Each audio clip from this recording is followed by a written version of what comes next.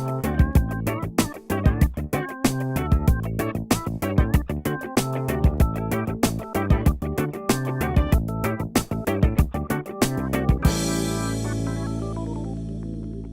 welcome back to the show. Interestingly, during the break, we had a viewer who forwarded a question directed to the professor. 2 children in this family. One eats greens and everything, but the other one won't touch anything that looks green. The mother, in desperation, is asking, what can she do? Yeah, this is a really common problem, and it worries parents. What we've got to do for our children is to provide them the right foods. So you bring into the house what you want your children to eat, vegetables, etc. The interesting thing is that with vegetables and things that children are resisting, they are acquired tastes. No one likes beer first off. Most people don't like red wine first off, but they get used to it and sometimes get to like it. So what we do with our children is give them the opportunity to have those vegetables that and things that they're not so keen on multiple times. By the 10th and 15th time they've had them, they'll start to like them and they'll enjoy them. So we bring into our house what we want them to consume, we give them the choice, but come back to those same things over and over again. All right. Nunz, there's a decision I want you to take us to, a very recent decision in New South Wales involving Almario and Varipatis. It's a very obese man, 154 centimetres, Colombian, and he weighed 140 kilograms, and he's dying of liver cancer. What are the facts of the case, Nunz? Well, a really interesting case, Tony. Sort of changed the dynamics of medical negligence cases, in and around Australia as a result of this. At the time of the judgment, the plaintiff's only got 40 weeks to live. He's got severe liver cancer and it's terminal, unfortunately. Basically, overweight or extreme overweight gentleman, obese, was obviously seeing this GP since about 1987, Tony? Was it 1987? It was a long time. Yeah, initially just for a specific reason, but it turned into more of a GP plaintiff relationship. Anyway, the crux of the case is that the GP's been found negligent for failing to refer the plaintiff off basically to weight loss surgery, to a specialist to see whether he's a candidate for it. And that's really the crux of the case. Professor, the court found against the GP because they didn't refer him off for bariatric surgery, I think is the way you describe it. Right. And would have got his weight down, that's what the court said, and that way it wouldn't have progressed to cirrhosis of the liver and now liver cancer. What's your view on that?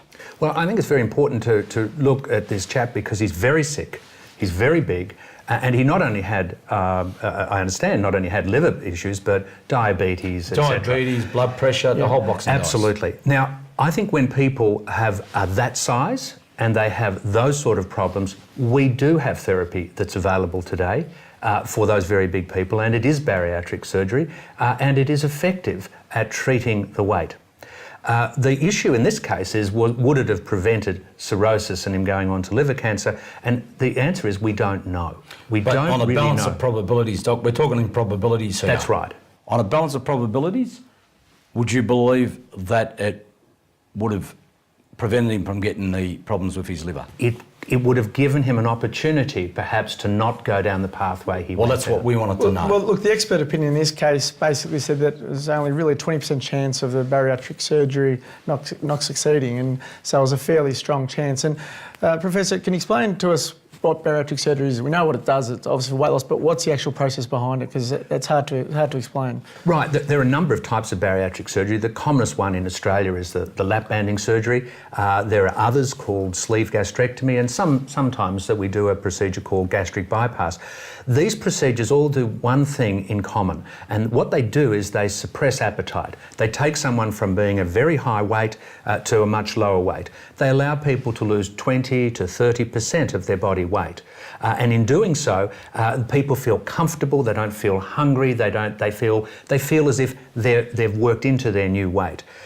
It's interesting because when you lose 10% of your body weight or anything like that, we all get extremely hungry and we put the weight back on, that yo-yo dieting. But bariatric surgery allows us to reset to a lower level and therefore assisting all the illnesses associated with weight, such as diabetes, such as blood fats and cholesterol and those sort of things, and such as improvements in liver function. One of the issues in this case, Nunzio, was they talked about the cost of the surgery being Yeah. $15,000. Yeah. And he said that he had plenty of family members and also friends that were prepared to contribute towards the cost. Is that a big issue when you're dealing with these cases, Nunz? Oh, look, it is, because you said if you didn't have the financial means to undergo that type of surgery, and I think at the time that it wasn't covered by the public system, it had to be done privately. If you didn't have the means and unfortunately you're, I suppose, deprived of funds in that way, then I think it is a big consideration. But he was able to lead evidence that there was many family members and friends who were happy just to fork out the 15 grand just like that. So, look, that's an interesting point. Another interesting point I just want to ask the professor on is that the defendant led evidence that basically, even if he had the bariatric surgery, that following that he wouldn't have done, I suppose, the post-operative things that are required to make it work. What is one is required, and two, how important is that in terms of the recovery, making sure that it succeeds? Well, very important. But you see, this is a chronic disease like diabetes. We need to look after these people indefinitely. And I've just explained how it brings the weight down that amount. It does so, indeed, whether the people behave or not. Yeah. It changes the physiology. Some people think you've got to exercise, you've got to do this and that and the other, but it does drop, and it does drop anyway. So if we look after the patients with this condition and we treat them as we would his diabetes and his liver disease anyway, what we're going to see is quite marked improvement. We shouldn't make judgment calls as to whether people are going to be compliant or good patients. We don't do that for heart disease, we don't do that for cancer, we don't do that for arthritis. Why do we do it for obesity? Of course. Professor, just on that point, in this day and age, my understanding is that bariatric and similar surgery are covered. Yes. And you don't have to pay privately, is that correct? No, they are covered by Medicare, but the access to bariatric surgery in our public hospitals in Victoria is limited. There are long waiting lists, and it's a tragedy. In other states, there's almost no access at all, particularly in New South Wales, which is a bigger tragedy. So we need to make sure that our limited public resources for bariatric surgery, a very important part of surgery today, those limited public resources are put into the people who need it most, like this chap, who would be in that sort of characteristic. And the other thing is we need to expand availability of this life-saving treatment as quickly as possible. And obesity experts throughout Australia recognise the benefits of this surgery and the reason that it should go ahead. And long term, it saves the community a fortune anyway, doesn't it, Professor? The long-term health economic argument is that it's one of the only surgical things we can do, or one of the few things we can do in health that actually saves us money in the long term. Nunzio, one of the things I got out of this case is that it's very important that patients get their GPs to refer them off to specialists specialised in the various areas. Here there would have been a hepatologist involved, a dietitian, a surgeon involved with bariatric surgery. What other messages do you want to give? Again, a big message is really to the GPs is that you have to go, I suppose, the next step. That's what the big theme of the case is, that it's not enough to say, look, this is what you need. They might have to get on the phone and actually book an appointment to see the surgeon. It's a really, I suppose, it's a big duty now on the GPs, but it might save lives. Viewers, we've come towards the end of the show.